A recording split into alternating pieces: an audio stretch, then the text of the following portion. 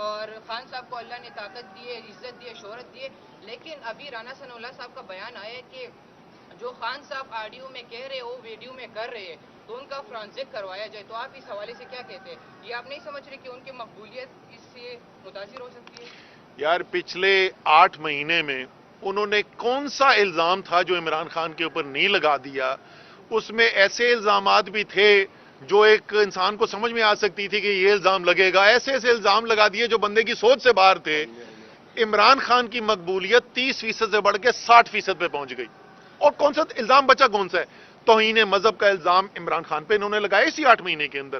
توہین فوج کا الزام لگایا, توہین جمہوریت کا, توہین عدالت کا, پیسے کی مطلب کو جو الزام ہوتا تھا, جتنے وہ الزام لگاتے ہیں اتنی عمران خان کی مقبولیت بڑھتی جاتی ہے. وجہ بڑی سادہ سی ہے, ہر الزام جھوٹا ثابت ہوتا ہے, اور جب وہ جھوٹا ثابت ہوتا ہے عمران خان کی مقبولیت بڑھ جاتی ہے. یہ کاشف کی بات کی ہے.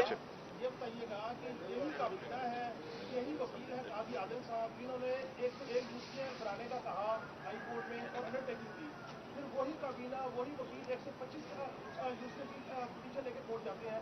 کیا تحریک انصاف ان حقائق کے اوپر جو حقائق نامہ کو وائٹ پیپر جو ہے وہ شائع کرنے کا ارادہ رکھتی ہے؟ نہیں, ہم تو اس وقت کورٹ میں گئے ہیں. علی ایوان صاحب نے جو ہے وہ توہین عدالت کی پٹیشن ڈالی ہوئی ہے, اس کی بھی ہیئرنگ کل ہے.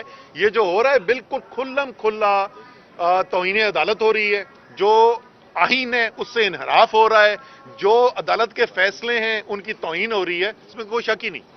سر ابھی آپ نے جمہوریت کی بات کی. چودھری پرویز الہی نے کہا ہے کہ عمران خان احسان فراموش ہے, اور اب انہوں نے کہا کہ اگر جنرل باجوہ کے خلاف انہوں نے بات کی تو ہم برداشت نہیں کریں گے. آپ کیا کہتے ہیں, اب وہ پاکستان تحریک انصاف کا ساتھ دیں گے؟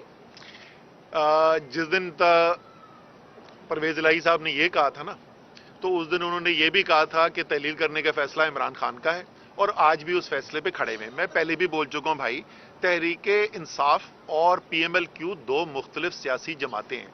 ہر بات پہ ہمارا اور ان کا اتفاق نہیں ہے. یہ ان میں سے ایک بات ہے جس کے اوپر ہمارا اتفاق نہیں ہے, لیکن اس وقت سیاسی طور پر ہم اتحادی ہیں, اور یہ بھی فیصلہ ہو گیا ہے کہ آگے بھی ہم اتحادی رہیں گے. سر ابھی آپ نے جمہوریت کی بات کی, اس سے پہلے آپ نے کہا کہ عدلیہ کو اپنا کردار ادا کرنا چاہیے. ایک طرف آپ کہہ رہے ہیں کہ فوج کا سیاست میں کردار جو ہے وہ ختم ہو جانا چاہیے, تو پھر سیاستدان اپنا ہر معاملہ ہی جو ہے وہ عدلیہ کو لے کے جا رہے ہیں, عدلیہ کو سیاست میں دخل اندازی کا موقع دے رہے ہیں. آپ نے شاید آئین پاکستان کا پڑھا نہیں ہے. پاکستان کے آئین میں یہ لکھا ہوا ہے کہ قانون بنانے کا اختیار جمہوریت ہے کیا؟ جمہوریت یہ ہے قانون بنانے کا اختیار جو ہے وہ مقننہ کو ہے, اور قانون کی اگر کوئی خلاف ورزی ہوتی ہے اس پہ فیصلہ عدالت نے کرنا ہوتا ہے میرے بھائی, وہ فیصلہ سیاستدانوں نے نہیں کرنا ہوتا. جی صاحب, آپ نے ایک ریٹائر آرمی چیف کے بارے میں گفتگو کی. جب وہ جب ان عہدے پر تھے تو تب آپ ان کے حق میں گفتگو کرتے تھے اور ایک پیج پر ہونے کے دعوے کرتے رہے. 3 سال میں جو آپ گناہوں میں شریک رہے ہیں اس میں, اس کی بھی معافی مانگیں گے کیا عمران خان صاحب؟ کیونکہ عمران خان کو لانچ کرنے والے فیض عبید اور یہ دونوں اس پورے چیپٹر میں شریک رہے ہیں, اس پہ بھی معافی مانگیں گے؟ بالکل, بڑا بہترین سوال ہے, اور مجھے اچھا لگا آپ نے کہ بڑی اچھی آپ نے اخلاقی زبان بھی استعمال کی سوال پوچھتے ہوئے. نوجوان جب سوال پوچھتے ہیں نا تو جواب سننے کا حوصلہ بھی رکھا کرو. جو اپنے پسندیدہ کم سے کم سیاستدانوں کے اوپر تو بات سننے کا حوصلہ رکھا کرو, اگر اپنی نہیں سن سکتے. آپ کو پتا ہے میں کس کی بات کر رہا ہوں. اچھا دیکھو, آپ کی جب باجوہ صاحب نے کام کیے جس کے اندر پاکستان کی بہتری کے اندر فوج نے معاونت کی, تو عمران خان نے اور ہم نے اس کی تعریف کی. ہم وہ تعریف آج بھی کرتے ہیں. میں آج بھی یہ کہتا ہوں, کرونا کی میری ذمہ داری تھی, میں لیڈ کر رہا تھا, فوج کی پوری بھرپور مدد حاصل تھی.